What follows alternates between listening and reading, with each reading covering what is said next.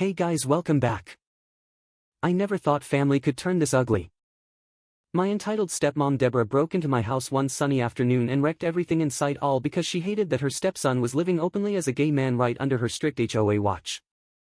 How could someone who was supposed to care do something so vicious? I still remember pulling into the driveway that day. My heart dropped the second I saw the back window shattered. Glass crunched under my shoes as I stepped inside. The smell of fresh spray paint hit me hard, mixed with the faint scent of her cheap floral perfume that always lingered after her visits. Furniture was flipped. Couch cushions slashed. My favorite photos of me and Ethan torn and scattered like trash. What the heck happened here? I whispered to myself. Then I saw it. My pride flag shredded into pieces on the floor. Hateful words sprayed across the walls in bright red. Words no mother figure should ever use against family. I froze. My breath caught. A heavy sigh escaped as tears stung my eyes. Deborah had been in my life since I was 15. Dad married her after Mom passed.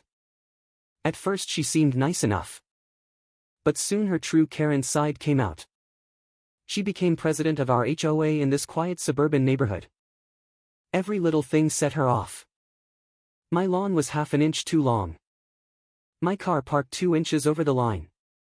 Even my mailbox color was wrong in her eyes. I sighed every time her complaints came. She would knock on my door unannounced, waving violation notices. Her voice always sharp and loud enough for the neighbors to hear. Can you believe she once reported me for having too many plants on the porch? It was ridiculous. Things got worse when I came out. I was 27 then. I sat Dad and Deborah down at the kitchen table one evening. The smell of fresh coffee filled the air. I took a deep breath and said it. Guys, I am gay. I have a boyfriend named Ethan. We have been together for a year. Dad hugged me right away. But Deborah. Oh man. Her face twisted. She set her cup down hard. The clink echoed. This is not how we raised you, Ryan. That lifestyle has no place here. What will the neighbors think? It violates every HOA rule on proper decorum. I tried to stay calm. It's just who I am, Deborah. It does not hurt anyone. But she kept going. Her voice rising. I will not have rainbow flags or whatever nonsense in my neighborhood. This is a family community. From then on the fights escalated. She would show up randomly. Accuse me of lowering property values. Once she demanded I remove a small rainbow sticker from my window. When I refused, she filed an official HOA complaint. The letter arrived in my mailbox with bold red stamps. I read it out loud to Ethan that night. We both laughed at first, but deep down it hurt. Ethan is my rock. Tall with kind eyes and a warm laugh that always calms me. He would squeeze my hand and say, Ryan, you are stronger than her nonsense. But the stress built. I started getting anxious every time her car pulled up. The sound of her heels clicking on the walkway made my stomach twist. One family dinner, things exploded. Dad had invited us over. The aroma of roasted chicken filled the house. Deborah could not hold back. She slammed her fork down. Ryan, that flag you put up last week is an eyesore. Take it down or I will handle it myself. I stood up. My chair scraping loud. It's my house, Deborah. My life. You have no right to control me. She shot back. As HOA president I do. And as your stepmother I will not allow sin in this family. Dad tried to intervene. Honey, calm down. But she stormed out. The door slammed so hard the pictures rattled.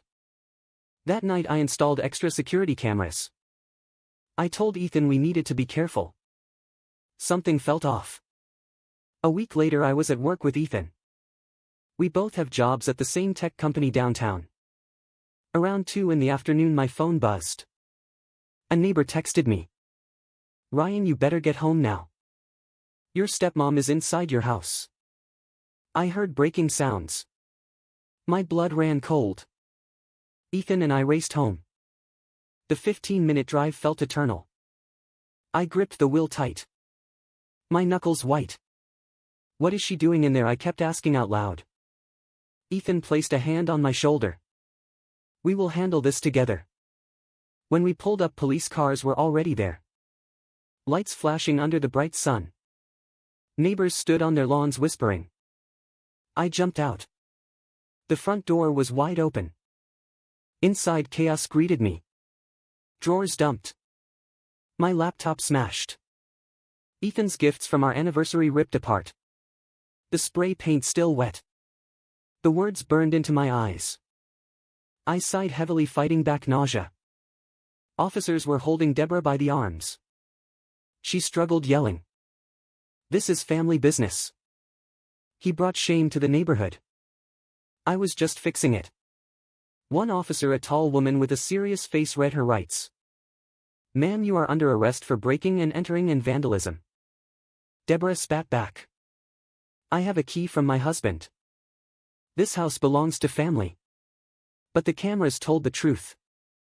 I showed the officer the footage on my phone right there in the living room. The video clearly captured Deborah using a rock to smash the window.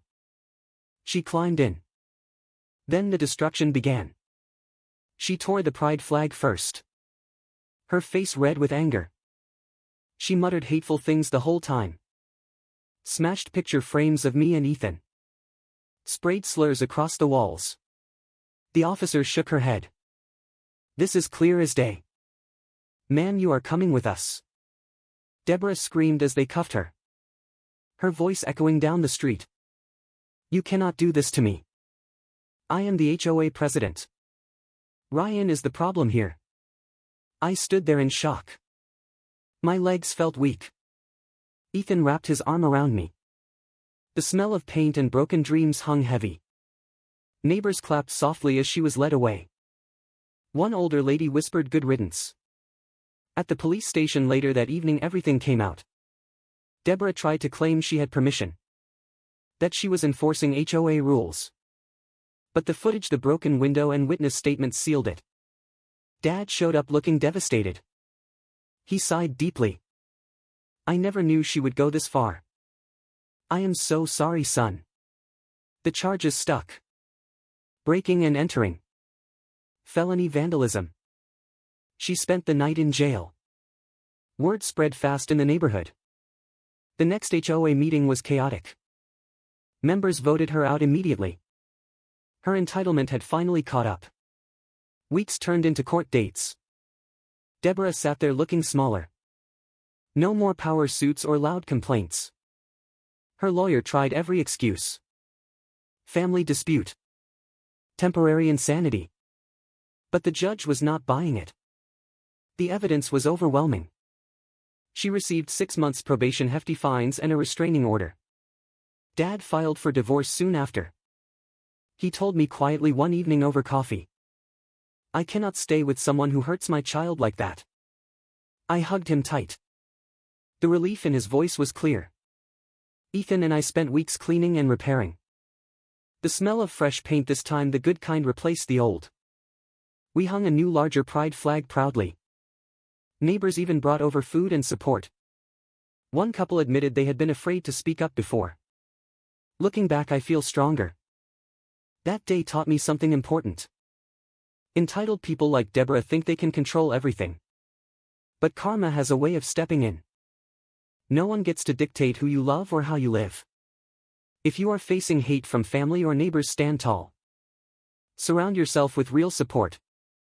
Document everything. The truth always comes out. Justice served feels sweet. And real family lifts you up, not tears you down. Thanks for listening, guys. Drop your thoughts below. Have you dealt with an entitled Karen in your life? Hit like if this story fired you up. Subscribe for more real-life stories. See you next time. Stay true to yourselves.